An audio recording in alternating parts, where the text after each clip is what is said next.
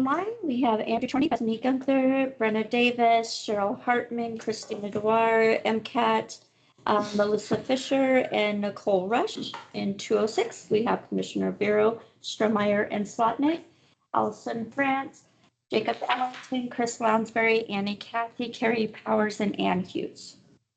Thank you. Is there any public comment on items not on the agenda? Not seeing any. We'll head to the consent agenda. We approve the consent agenda. Second that.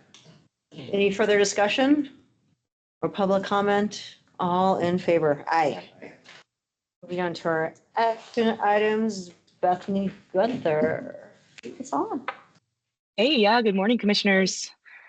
Good morning. Hey, yeah, so to give you just a little bit of a backstory on this, this is what I'm bringing you today is a contract amendment to amend the FY19 Missoula County Community Parks and Recreation Grants Program. That contract is between Missoula County and the Bitterroot Trail Preservation Alliance. And that is a partner group that kind of advocates for the paved shared use path from Missoula to Hamilton. So they were awarded back in the 2019 cycle of Missoula County's grants program. They were awarded $12,000. And with that grant funding, the group actually constructed and installed about 40 wayfinding ballards, 2 picnic tables, 2 public porta potties for users of the trail.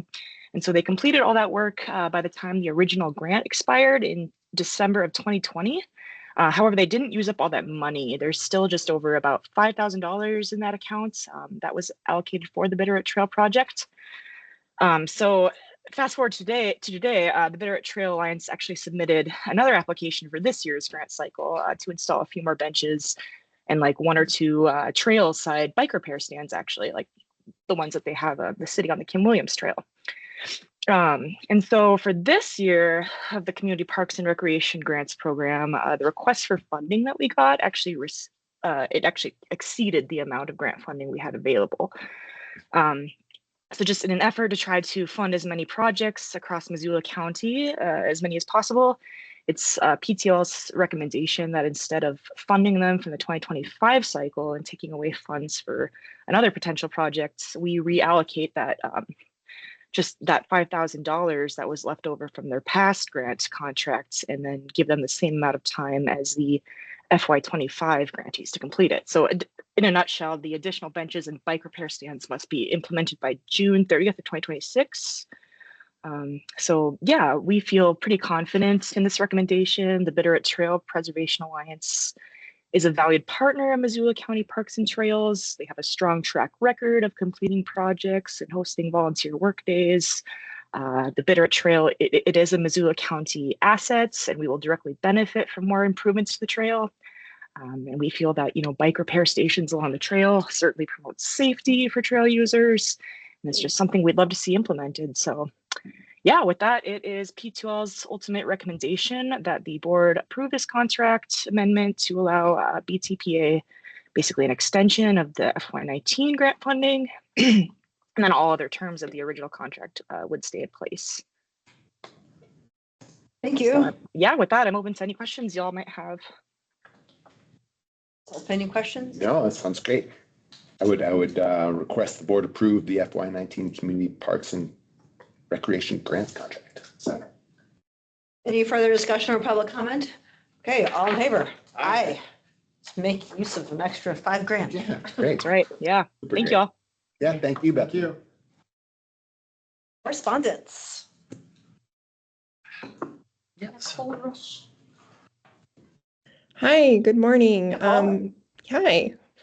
Yeah, I have a letter to the Montana Department of Commerce before you this morning. This is a request to extend the contract for one of our Big Sky Trust Fund grants that's supporting Cascadia Management Group with their expansion. They are asking just for more time to complete their hiring plan. They've currently hired 3 of the 10 employees they were awarded, so they would like to get up to 10, just asking for a little more time.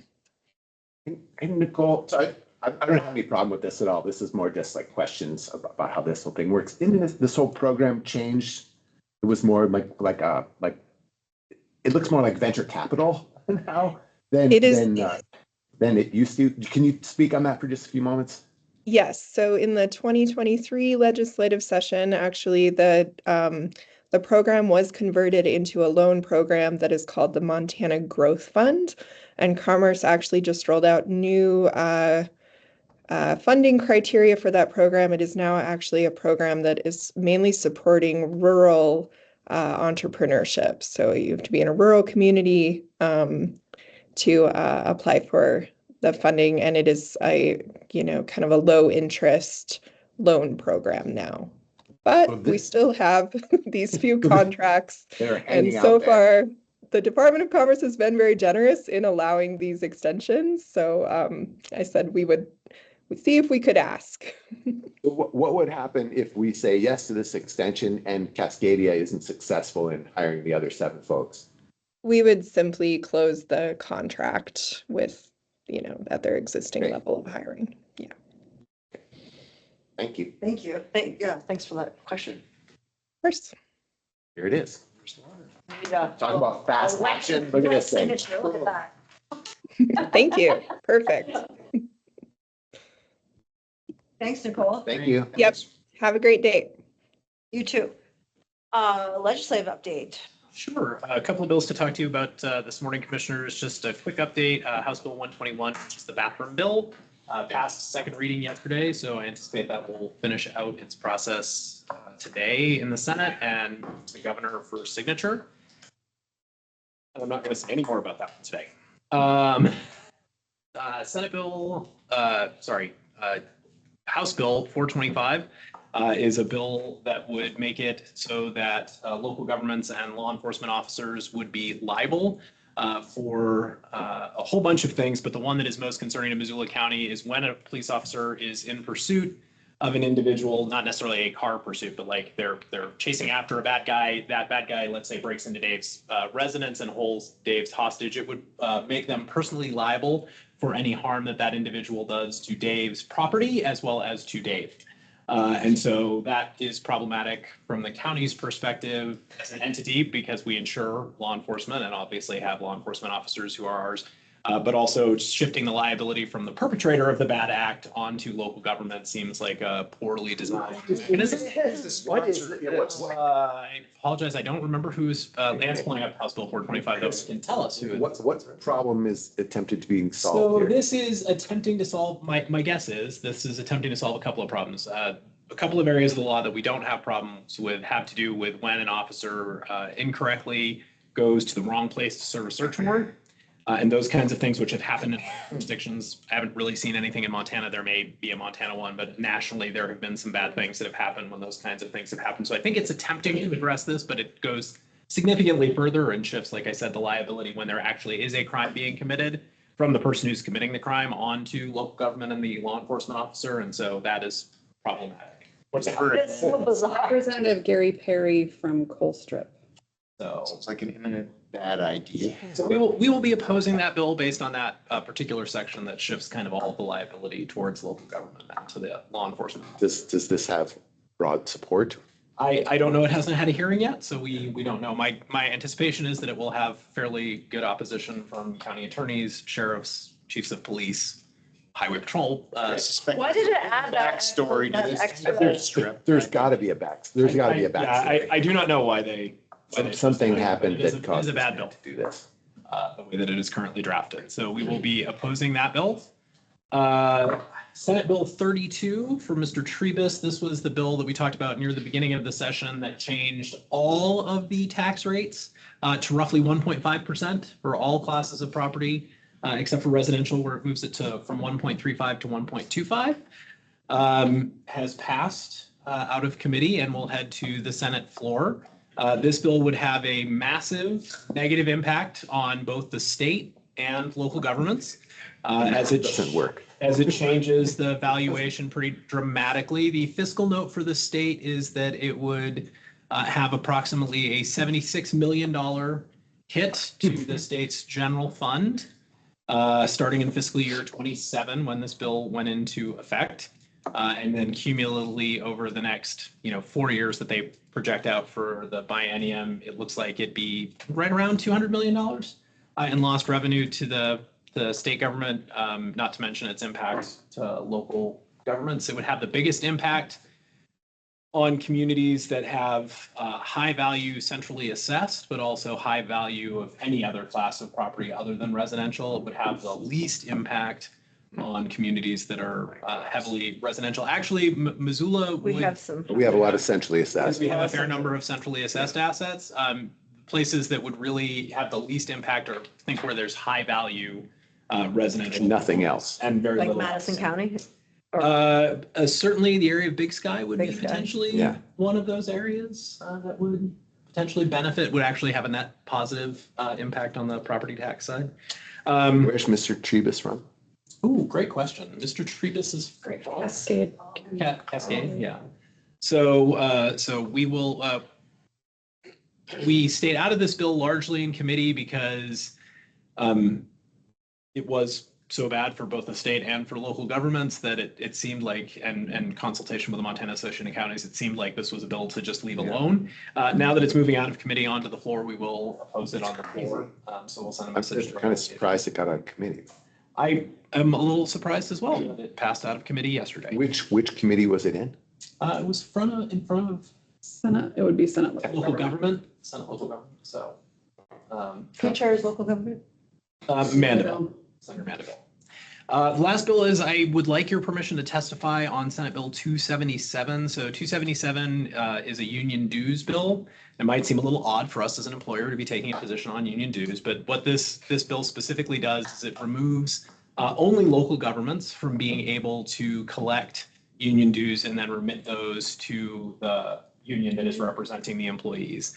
And the reason that is problematic for Missoula County, there's a couple. One is this is a pretty standard practice that's done kind of across the board, not just at local government, but at state and in private businesses where folks who have elected, because again, it's voluntary to join a bargaining unit, and also have elected to have the employer remove their union dues. We then remit those to the thing. We do this for literally hundreds of things, from voluntary insurance that employees sign up to things like Mr. Allington is here today, to paying for his membership in the Bar Association, to nurse licensing. It literally seems kind of odd to single out just our collective bargaining partners as something that we can now all of a sudden no longer do. This is not a manual process. It's not like somebody's sitting in the accounting department and goes through and has to, hand write a check every time. This is all part of an automated payroll process where literally it's a checkbox when somebody signs up that, oh, they are officially joining, making up the union here, the Federation of Montana, or Montana Federation of Public Employees, MFPE, and they've elected to withdraw dues. There's no kind of onus or, big task that's put onto local governments by asking them to do this. It would have a hugely detrimental effect on our relationship with the 13 bargaining units that represent the vast majority of employees in Missoula County, not to mention, the Deputy Sheriff's Association. So just do other counties not have as many unions? Or- Yeah, well, I guess, Yeah, sorry. go ahead. So if this bill was to become a law, the onus of getting dues to the union would fall on the union member. Correct.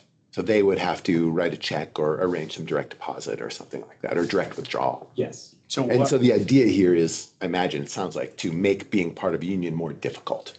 Only in the public sector. Yes, yeah, because this only applies. That's right. Only applies to public So sector. are there public sector entities that would welcome this? I am sure that there are public sector entities who do not have good working relationships with their collective bargaining partners who might welcome this as a way to get rid of having to Sure. collectively bargain. Sure. Because it will be incredibly difficult for bargaining units to stay cohesive when now all of a sudden it's reliant on the 100 members to each individually Contribute. Yeah, because people would forget or they wouldn't do it or whatever. Yeah, this feels very anti-union in the public sector. It is very much targeted at collective bargaining in the public sector. So I would like to oppose it on behalf of Missoula County, but this is not necessarily Missoula County's fight. right? This is Could- the. could this is we, the bargaining units. Could we both oppose it, but say at the very least, well, maybe we just outright oppose it. If it was optional for local governments, then at least we could Yeah, and to be. determine to stay. Isn't it an option I would right say- now? And to be clear, it is already optional for every union member, Yeah. right? They do not have to elect to have Missoula County be the ones to collect their dues. It's already optional. So we don't have a choice. If they say yes, right, we're obligated through our collective bargaining agreement. This is terms we write into our collective bargaining agreement. It basically says if a union member says they want to participate and they say they want us to withhold the dues, we will do that. You're saying This would- optional that that The county should have the would have option to say, no, we're not doing that. And they would, because you don't have to have this in your collective bargaining agreement now. You could say, we're not doing this. Right. This is outright opposed. Yeah. Yeah, I mean, But it is obviously, again, it's not necessarily our fight as the employer. It just is, seems. Well, it does- to it does- do it for so many Yeah. other things. It It does- makes one group. it does show some good faith on our part, which would contribute to a positive working relationship with these 13 bargaining units. We do have a positive relationship with And them. that is You a are good the thing. absolute best person to speak to this. 100%. Yeah. If you're all right with it, then yes, I Yes. will probably offer to testify. Yeah. Okay, those were kind of the big bills that we wanted to touch on today. We will have more Thursday as we head into the week. Thank you. Is, Badness to come. I say more interesting bills, undoubtedly. questions? Clarifications? Okay, All right, thank we're you all. done. Have a